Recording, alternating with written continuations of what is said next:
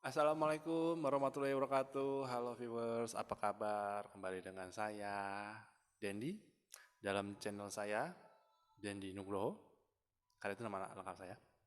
Oke, saya doakan semoga para viewers selalu dalam keadaan sehat, selalu dalam lindungan Allah Subhanahu Wa Taala, dan selalu diberikan rezeki yang melimpah oleh Allah Subhanahu Wa Taala.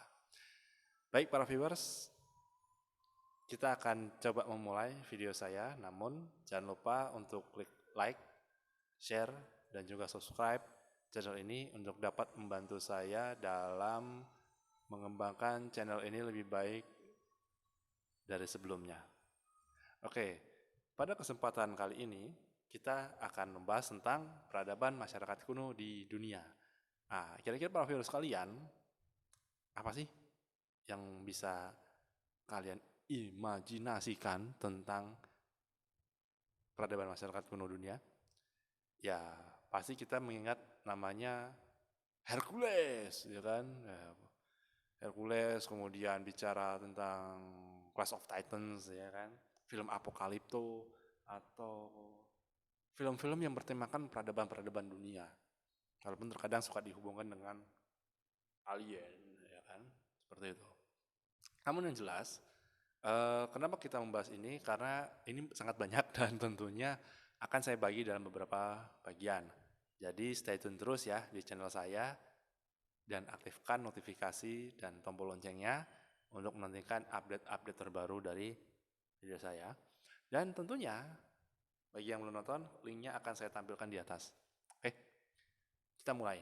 Peradaban masyarakat kuno di dunia. Kalau kita membahas peradaban masyarakat kuno di dunia, jangan lupa kita membahas konsepnya dulu. Konsepnya seperti apa? Definisi dari peradaban, kebudayaan, dan what is difference? Difference-nya apa? Ya, perbedaannya di sini dari masing-masing pengertian tersebut. Namun yang jelas, kita harus memahami dari pengertiannya mengenai kebudayaan itu apa. Lalu lanjut kepada peradaban kuno yang ada di dunia yang kita bagi dalam beberapa bagian. Mulai dari benua, paling mudah adalah benua, yaitu dari Asia, Eropa, Afrika, dan Amerika. Oke, lanjut. Oke, kita masuk kepada definisi peradaban, definisinya. Peradaban sendiri dari bahasa Inggris disebut civilization yang menunjukkan pendapat dan penilaian terhadap perkembangan kebudayaan. Secara umumnya memang peradaban adalah kumpulan suatu identitas dari suatu masyarakat yang merupakan hasil budidaya dalam kurung buatan manusia yang mencakup seluruh aspek kehidupan, baik itu secara fisik seperti bangunan, ya, contohnya bangunan ya, bangunan itu banyak, tapi kita ambil contoh secara umum bangunan. Dan non fisik seperti nilai-nilai, tatanan seni, budaya ataupun sains.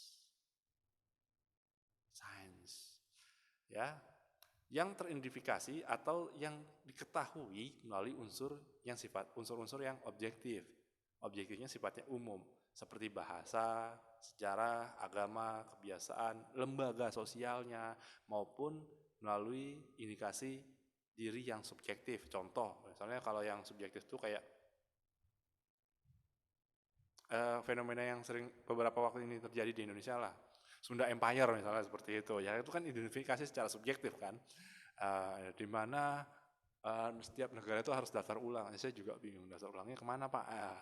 Apakah ke Wakanda atau ke Bukilen gitu kan? Kita kan nggak tahu gitu kan. Itu identifikasi diri yang sangat subjektif. Oke, gambaran dari definisi ini ya bisa kalian lihat dari sebelah kanan. Ya ini kan Coliseum, Koloseum, salah, maaf ya, sensor tadi ya. Koloseum, ini stadion yang identiknya dengan apa? Kebudayaan Romawi. Oke, kemudian piramida Mesir pasti hubungannya dengan peradaban masyarakat Mesir atau Afrika. Itu gambarannya. Oke, kita lanjut ke yang lain. Masih definisi, kebudayaan adalah sesuatu yang akan mempengaruhi tingkat pengetahuan dan meliputi sistem ide atau gagasan yang terdapat dalam pikiran manusia, sehingga dalam kehidupan sehari-hari itu dilakukan. Namun sayangnya kebudayaan itu bersifatnya abstrak. Abstraknya apa? Ada yang gambarannya dia tidak terlihat secara eksplisit itu loh. Tapi yang jelas abstrak di sini adalah suka berubah-ubah berdasarkan apa? Kebiasaannya. Nah, mungkin kalau viewers yang belajar sosiologi, di situ ada tuh definisi dari tataran nilai, kelakuan, kemudian kebiasaan yang berujung pada kebudayaan dan lain sejenisnya. Itu bisa kalian lihat definisinya di sana mengenai kebudayaan. Tapi yang jelas kebudayaan itu dihasilkan oleh masyarakat yang kita lihat dari perbedaannya seperti ini. Di bawahnya ya, mohon maaf kalau misalnya tulisannya agak kecil. Nah, tadi tinggal kalian zoom aja. Gitu. Kebudayaan ya adalah sesuatu yang sedang menjadi, it becomes, sedangkan peradaban sesuatu yang sudah selesai, it has been. Nah, dari konsep dari perbedaan yang tadi saya sebutkan tadi, kebudayaan yang sedang yang menjadi. Nah, contoh kayak sekarang kan di Indonesia kan di era modern, gambarannya how smart are you? Seberapa cerdaskah kalian? Apakah hanya gadgetnya yang canggih atau orangnya yang stupid? Itu ada orang yang suka seperti itu. Oh, gadgetnya pintar, tapi orangnya stupid. Kok bisa ada yang menyatakan demikian ya? Karena ya contohnya gini deh, literasi aja. Orang masyarakat kita, mohon maaf, tingkat literasinya masih agak rendah. Jadi untuk membaca itu masih agak rendah, sehingga ya terjadilah kejadian yang bagi para netizen yang maha benar, itu yang saya baca fenomenanya, itu sangat besar sekali impact-nya. Nggak hanya kepada public figure, tapi juga kepada kadang-kadang ke orang biasa. Ya, saya ambil contoh yang lagi ngetren ketika saya bikin video ini, kasus COD. Ya, ada orang COD-an, itu cuman masalahnya yang mesen dibuka dan nggak mau bayar. Padahal konsepnya COD itu kan barangnya kan dibayar dulu baru diterima kan. Terlepas itu salah atau enggak, artinya Anda sudah membeli dan secara tunai. Mohon koreksi jika saya salah ya.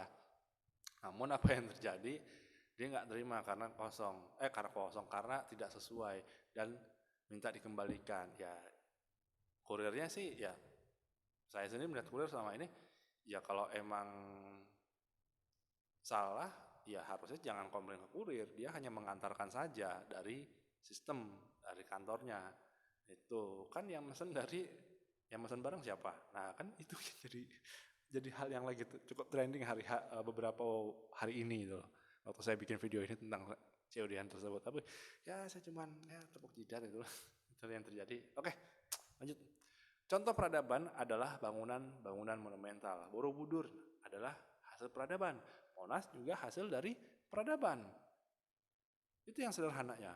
Jadi apa yang dibuat manusia yang sudah ada itu adalah hasil dari peradaban.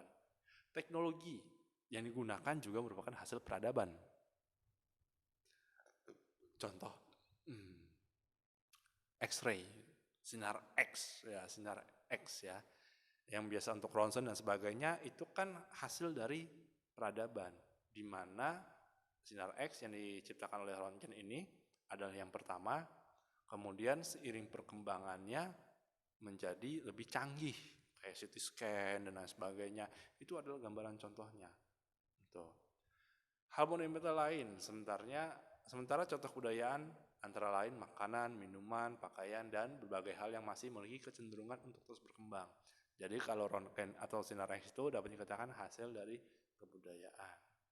Handphone, paling gampang handphone deh, paling mudah handphone. Handphone sekarang merupakan bagian dari kebudayaan, di mana masyarakat tidak bisa lepas dari handphonenya, kemudian handphone itu cenderung terus berkembang. Ya laptop lah, saya masih mengimpikan laptop yang ada 2 layar gitu kan. Saya nggak perlu sebutin namanya, saya takut dibilang endorse lagi. Pokoknya gitu deh, itu saya suka banget gitu. Bisa multitasking gitu kan. Itu impian orang. Oke? Dan contohnya seperti gambar di sebelah kanan. Sebelah kanan ini, ya pada saya kanan, hadapan saya kanan. Kanan, ya, lihat dari tarik kecak, kemudian ini patung Tutankhamun kalau nggak salah ya, dari Mesir, Egypt. Bukan Ajib, Egypt. Lanjut. Oke, peradaban masyarakat kuno di seluruh dunia, seluruh bagian dunia atau kita lihat kan dunia itu ada 7 benua. Walaupun ada yang mengatakan ada 8, ada yang 6. Ya kembali lagi, bukti apa yang paling kuat dan ada kesepakatan nggak dari para ilmuwan mengenai hal tersebut. Mulai dari itu, kalian lihat ya, Australia, Asia, Eropa, Afrika, South America, North America, dan Antartika. Tempatnya penguin. Penguin. Kalau kutub utara, ya itu tempatnya iceberg. Ya, iceberg di sana. Iceberg ingin makan. Ya, iceberg ingin belajar. Oke, lanjut ya, viewers. Kita mulai dari yang wilayah Asia. Ada beberapa wilayah Asia yang peradabannya tercatat, seperti peradaban lembah sungai Indus, Sungai Kuning. Indus ini meliputi wilayah Asia Selatan seperti India, Pakistan, dan sebagian dari Afghanistan, dan lain sebagainya. Atau Bhutan, Nepal itu salah satu itunya. Kemudian peradaban lembah Sungai Kuning. Lembah Sungai Kuning ini identik dengan kawasan Asia Timur seperti Cina, tapi juga Jepang termasuk, dan Korea.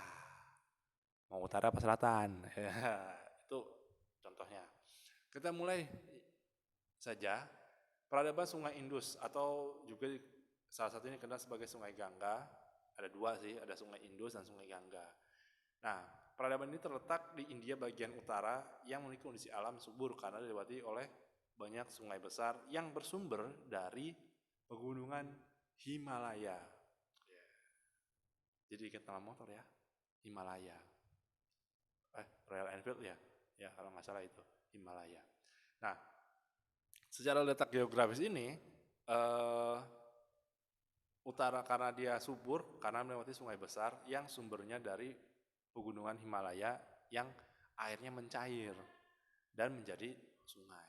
Makanya ketika beberapa hari yang lalu sebelum saya rekam video ini kan sempat ada peristiwa bencana alam besar ya di sana ketika sebuah bendungan di India Utara itu jebol akibat kelebihan debit air yang disebabkan tadi global warming.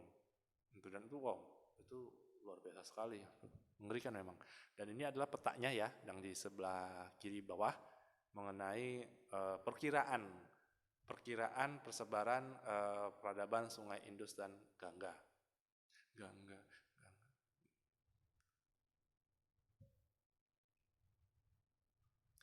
Nah, ada beberapa hal yang perlu kita bahas kalau bicara Sungai Gangga. Pertama, pemerintahannya. Ini adalah nama-nama kerajaan yang ada pada peradaban lembah Sungai Indus. Jadi, mengapa sih peradaban di Asia dominannya ke sungai? Ya, tadi sungai adalah sumber kehidupan. Ya, untuk itu perlu kita jaga kelestariannya, kebersihannya, dan kesakralannya. Itu. Kerajaannya ada Magadha, ada Maurya, kemudian ada Chandragupta.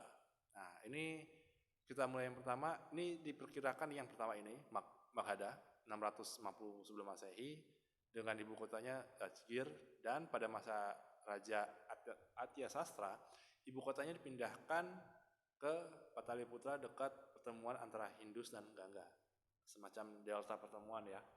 Kemudian Maurya yang terbentang dari Kashmir di bagian barat dan lembah Gangga bagian timur.